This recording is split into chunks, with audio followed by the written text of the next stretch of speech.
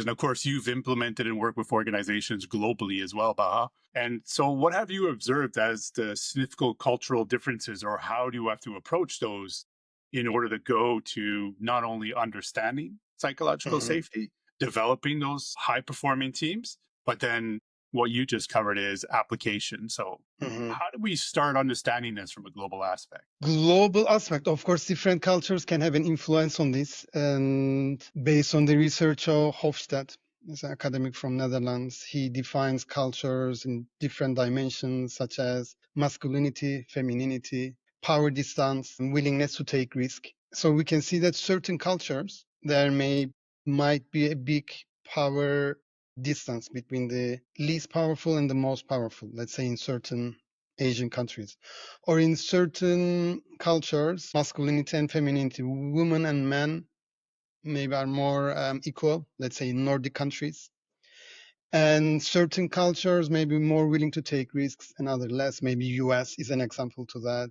Risk taking is appreciated. But culture plays a role, definitely. And in case we have a global company, we need to consider that.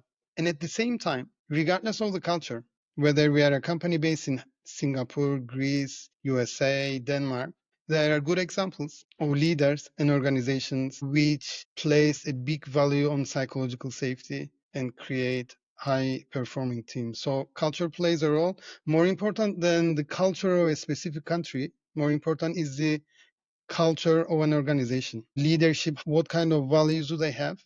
And how do they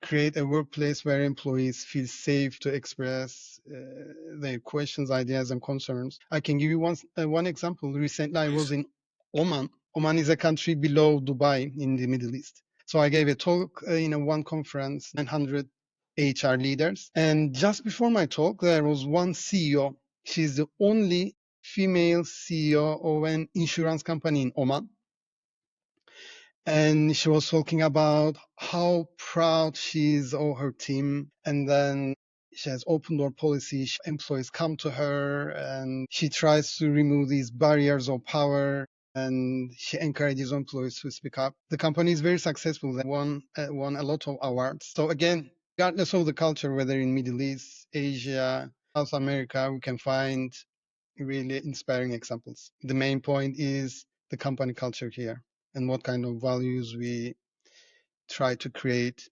despite or considering our culture, the culture of a country.